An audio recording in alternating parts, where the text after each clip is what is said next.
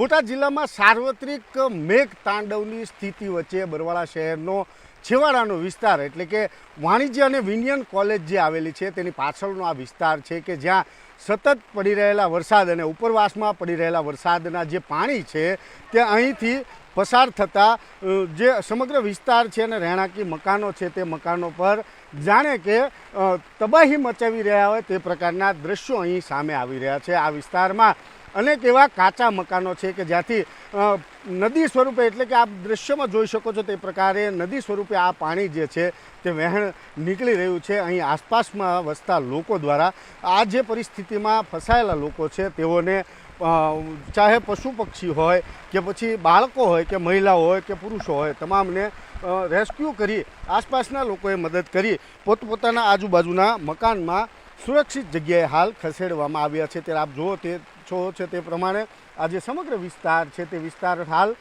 જળમગ્ન થયો હોય તેવી સ્થિતિ અહીં સર્જાઈ છે। અહીંની વાત કરવામાં આવે તો જે ખોડિયાર મંદિર પાછળનો વિસ્તાર એટલે કે જે કોલેજની પાસેનો વિસ્તાર છે આ કોલેજની પાછળના વિસ્તારમાં અનેક એવા કાચા મકાનો છે કે જેમાં હાલ પાણી જે છે તે નદીના રૌદ્ર સ્વરૂપે ઘૂસી ચૂક્યા છે અને ઘરવખરી સરસામાન કે પશુ હોય તે તમામ પ્રકારની જે વસ્તુઓ છે તેને નુકસાન પહોંચાડી રહ્યું છે અને સ્થાનિક લોકો હાલ આ સમગ્ર બાબતે વારે આવ્યા છે અને લોકોને આસપાસના રહીશોને સુરક્ષિત જગ્યાએ હાલ ખસેડવામાં આવ્યા છે। પરંતુ સતત હજુ પણ અવિરત વરસી રહેલો વરસાદ આ લોકો માટે ક્યાંક ને ક્યાંક રહેણાંકી લોકો માટે ચિંતા સમાન હોય તેવી સ્થિતિનું નિર્માણ થયું છે।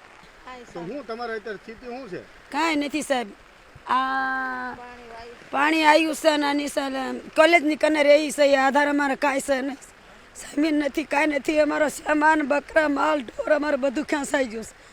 અમે ગરીબ માણસ છીએ, અમે ઝૂંપડપટ્ટીવાળા માણસ છીએ। ક્યારથી આવું થાય છે? કેટલા સમયથી આ સ્થિતિ છે? ઘણા દિનની છે, તો કોઈ સગવડ તમારા ગરીબ માણસની કરતા નથી સાહેબ। આયા સામે જો કોલેજની પાસે રહી છે, સામે ઝૂંપડાવાળા રહ્યા એમાં કાંઈ વકરી કાંઈ ઘર વકરી રહ્યું નથી સાહેબ। અમારે આ જો નાના નાના છોકરાને બધું લઈને અમે કેવી રીતના જો તો માન અમને બસાવ્યા છે ને કાઢ્યા છે સાહેબ। તો કેટલા વર્ષોથી અમારે આવું 10-15 વર્ષથી આવું થઈ રહ્યું છે સાહેબ, શું કરવું કયો? પાણીની રોકાયેલી શું માંગ તમે કરી? અરે અમે માંગ તો કરી શકીએ, ગમે ના અમને સાપરા કરી દો, ઘર મકાન બનાવી દો, કંઈક જગ્યા આપો, પણ સરકાર અમને આપો તો સારું છે સાહેબ।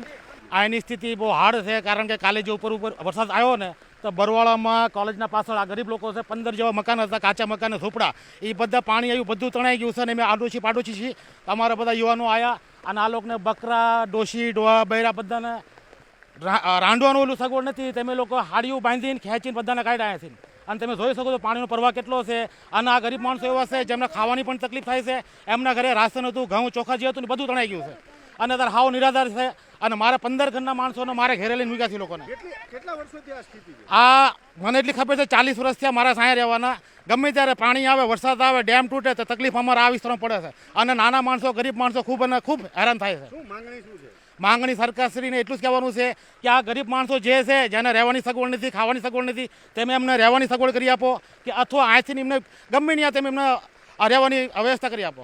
ઝૂંપડપટ્ટી વિસ્તાર છે કે જ્યાં આપ જોઈ શકો છો તે પ્રકારે દ્રશ્યોમાં 15 થી 20 જેટલા જે કાચા મકાનો છે તે હાલ પાણીમાં ગરકાવ થઈ ચૂક્યા છે।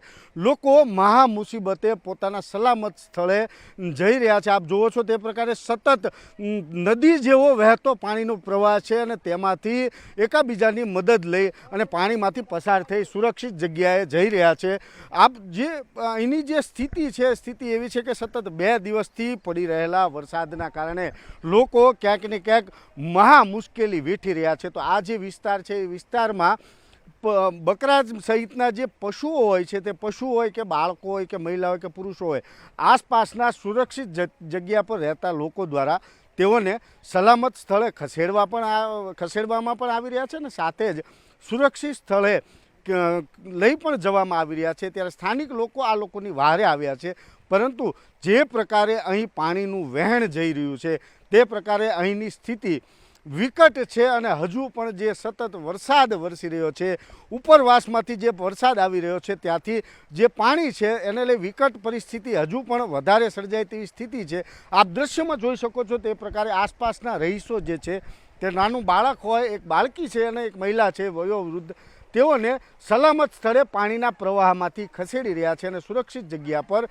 લઈ જઈ રહ્યા છે. ત્યારે આ પ્રકારની જે સ્થિતિ છે તે બરવાળા શહેરના સરકારી વિનયન અને વાણિજ્ય કોલેજની જે પાછળનો વિસ્તાર છે, એટલે કે જે ખોડિયાર મંદિર પાછળનો વિસ્તાર છે, ત્યાં જોવા મળી રહી છે.